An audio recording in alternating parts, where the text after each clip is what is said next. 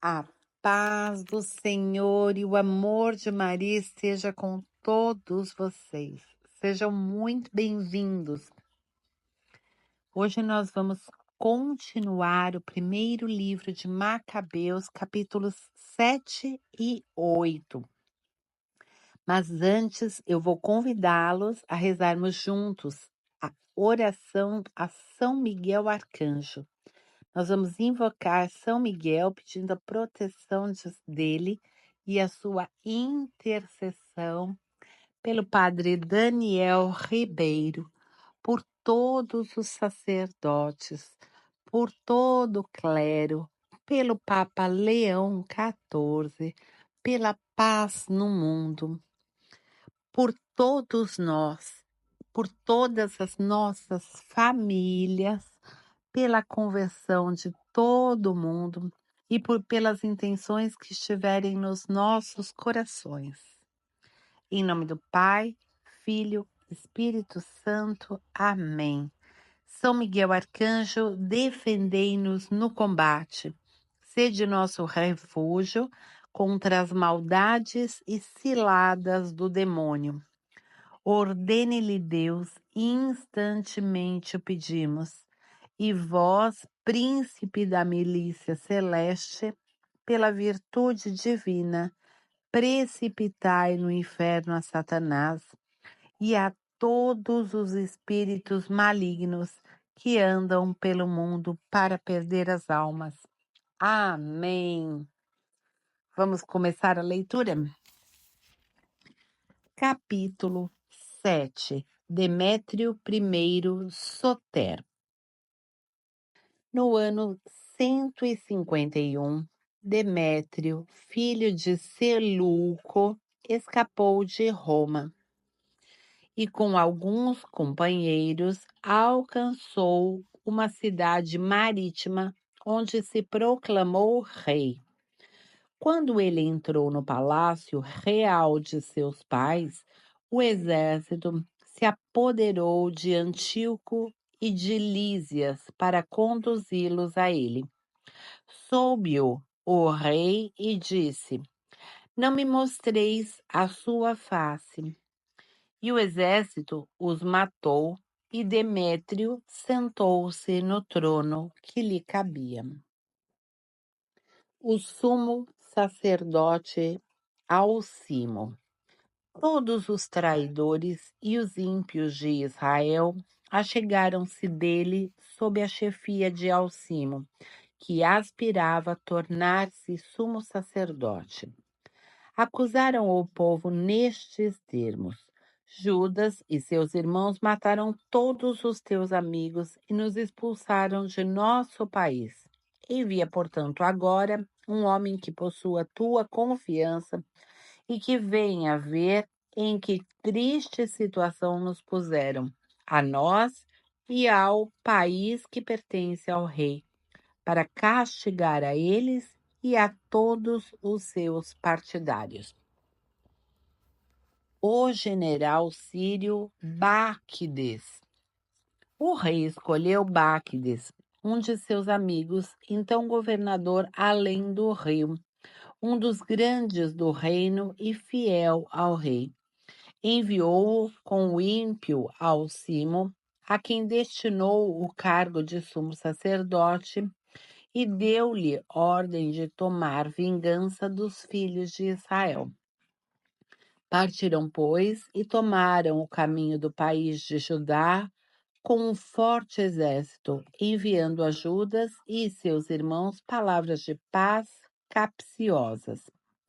Vendo-os chegar com numerosas tropas, estes não lhes deram ouvido.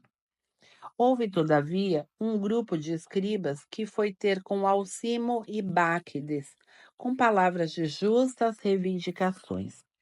Estes assideus, que eram os mais benquistos em Israel, pediam-lhes a paz.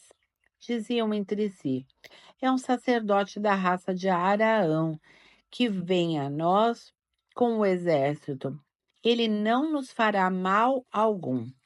Alcimo trocou com eles palavras de paz e lhes jurou: Não faremos mal nem a vós, nem a vossos amigos.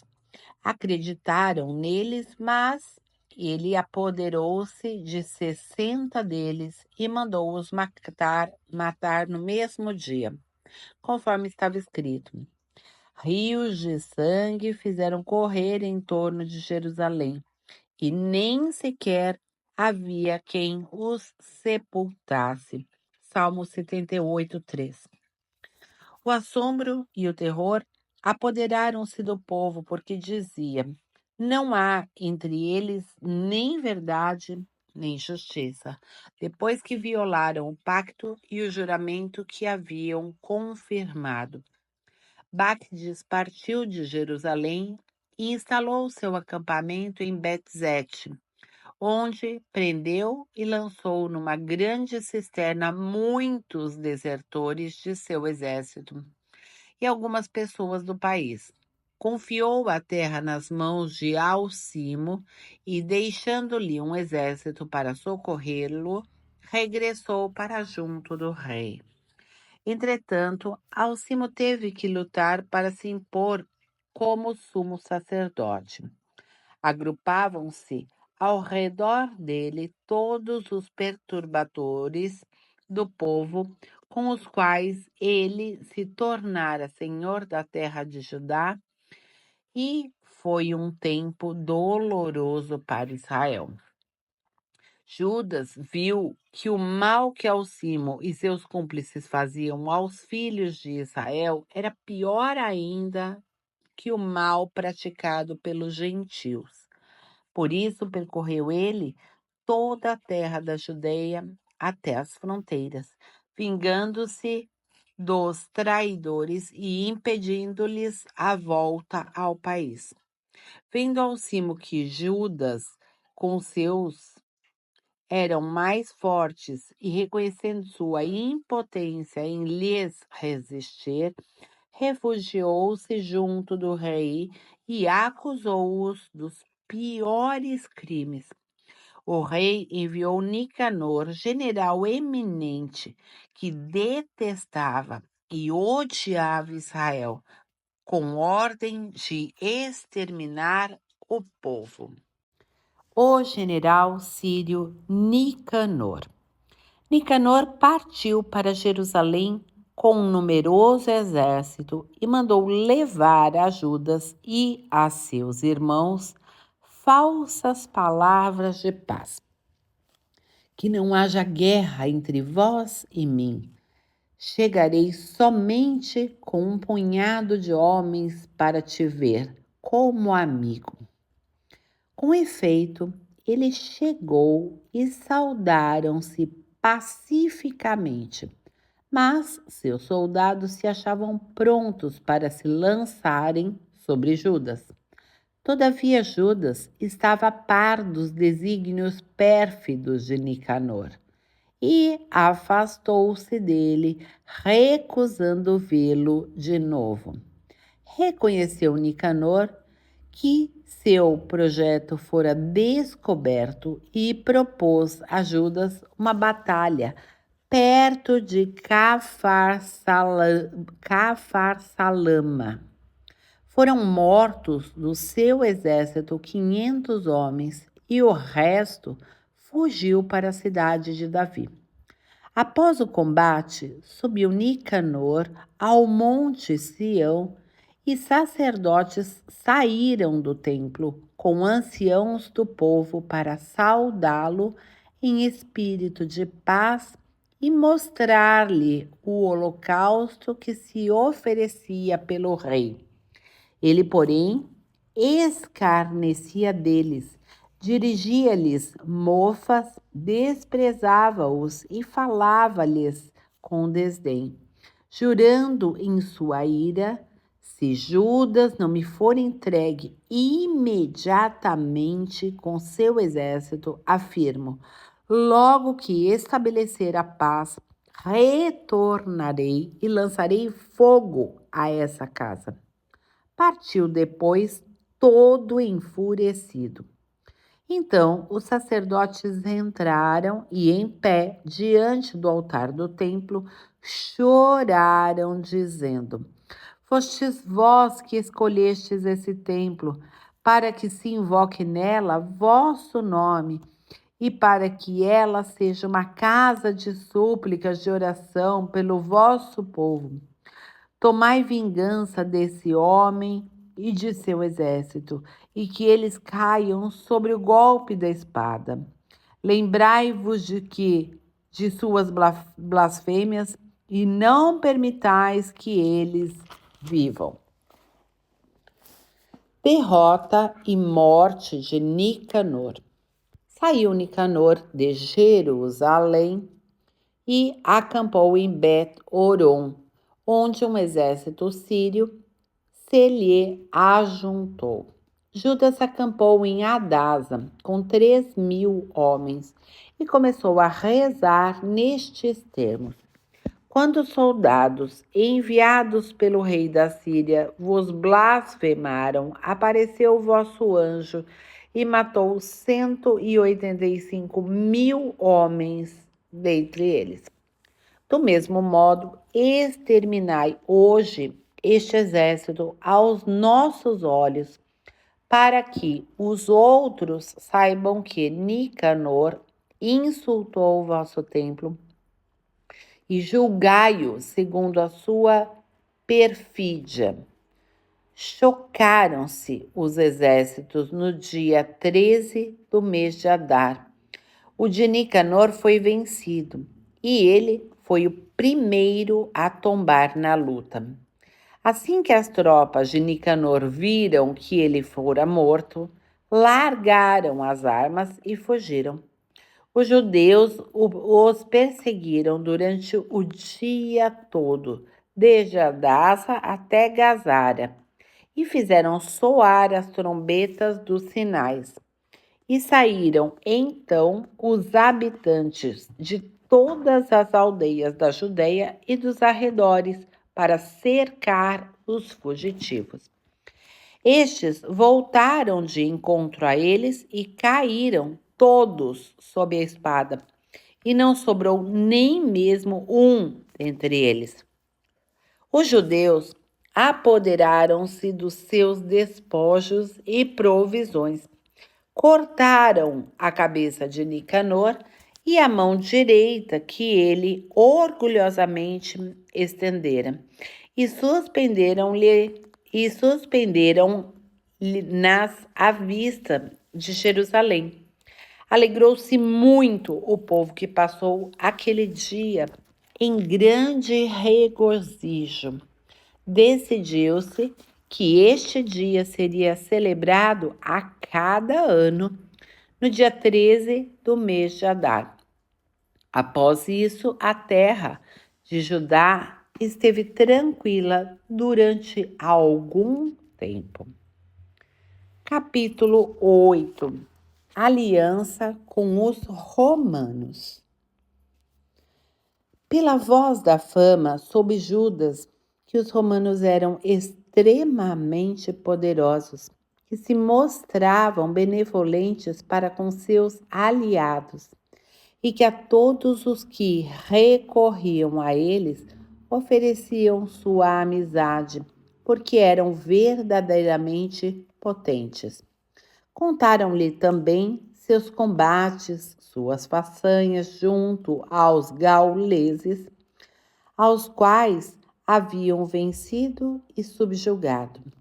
Como haviam chegado à Espanha para se apoderar das minas de prata e de ouro que ali existem, e como, por sua sabedoria e longanimidade, eles haviam conciliado todo o país.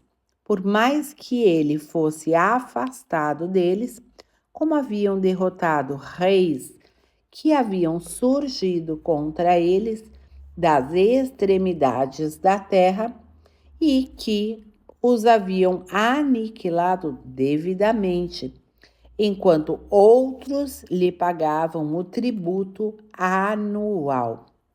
Filipe e Perseu, reis dos Ceteus, e outros se haviam insurgido contra eles, mas tinham sido derrotados e subjugados. Antíoco, o grande rei da Ásia, marchou para combatê-los com 120 elefantes, cavalaria, carros e um poderoso exército, mas havia sido por ele aniquilados. Eles o haviam tomado vivo e haviam imposto a ele e aos seus sucessores um grande tributo à entrega de reféns e à cessão de um território, arrebatando-lhe a Índia, a Média, a Lídia e suas melhores regiões que eles deram ao rei Eumenes.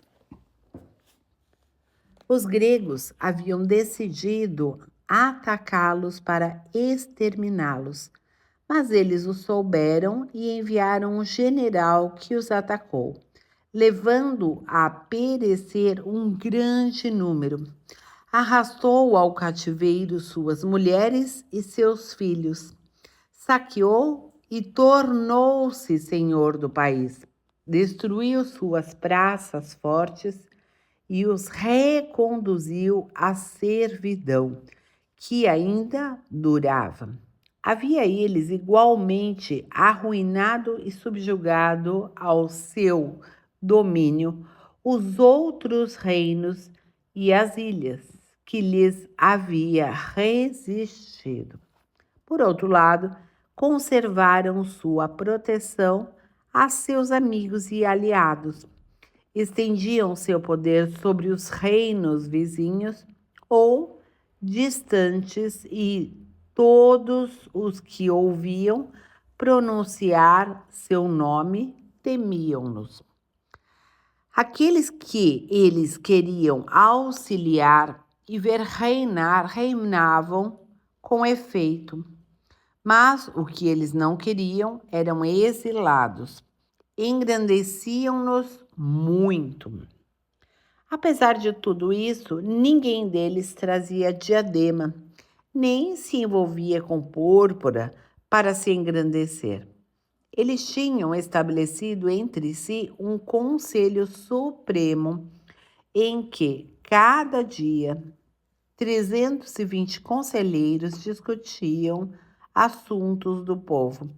Para governá-lo bem, cada ano confiavam a autoridade suprema a um só homem que comandava em todo o território e todos obedeciam a um só, sem haver ali entre eles nem inveja, nem ciúmes. Escolheu Judas a Eupolemo, filho de João, filho de Acós, e Jasão, filho de Eleazar, e enviou-os a Roma para estabelecer amizade e aliança com eles, pedindo-lhes que os libertasse do jugo que os gregos, como estavam vendo, faziam pesar sobre Israel, reduzindo-os à escravidão. Dirigiam-se eles a Roma, apesar da duração da viagem, e entregaram no Senado, onde disseram: Judas, também chamado Macabeu, seus irmãos e todo o povo de Israel nos enviaram até vós para firmar aliança e paz, para que nos conteis entre vossos amigos e aliados. Essa linguagem agradou aos romanos. Eis a cópia da carta que os romanos mandaram gravar sobre tabuleiros de bronze e enviaram a Jerusalém para ali ficar como memorial de paz e de amizade de sua parte. Prosperidade para sempre aos romanos e ao povo judeu, por terra e por mar. longe deles a espada e o inimigo. Se sobrevier uma guerra contra os romanos ou contra um de seus aliados, em todo o império, o povo judeu tome as armas, por sua vez, conforme o permitirem as circunstâncias, e isso de boa vontade. Não fornecerão aos adversários nem trigo, nem armas, nem dinheiro, nem navios, segundo a decisão dos romanos. Os judeus observarão esses contratos sem receber nada em troca. Por outro lado, se for o povo judeu o atacado, os romanos tomarão armas voluntariamente por eles, conforme as circunstâncias o indicarem. E não será fornecido aos combatentes nem trigo, nem armas, nem dinheiro, nem navios, de acordo com a vontade de Roma. E esses contratos serão observados sem fraude. Por essas palavras, os romanos aliaram-se com os judeus. Se uns ou outros contratantes quiserem ajuntar ou subtrair essa cláusula, farão a proposta e o que for acrescentado ou tirado será ratificado. Pelo que toca aos danos causados pelo rei Demétrio, eis o que lhe escrevemos. Porque fizestes pesar vosso jugo sobre os judeus, nossos amigos e aliados?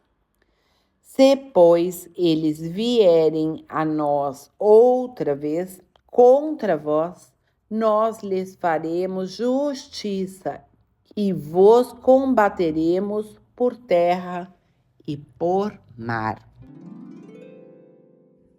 Terminamos neste momento a leitura de hoje.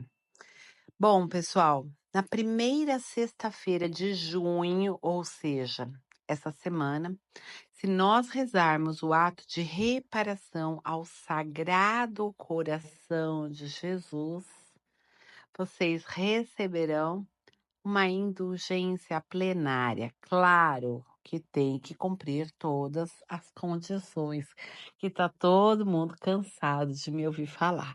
Mas sexta-feira, para quem rezar o ato de reparação, essa sexta, 1ª de junho, o ato de reparação ao Sagrado Coração de Jesus, e tiver cumprido todas as condições, lucra indulgência plenária, ou para vocês, ou para as almas do purgatório.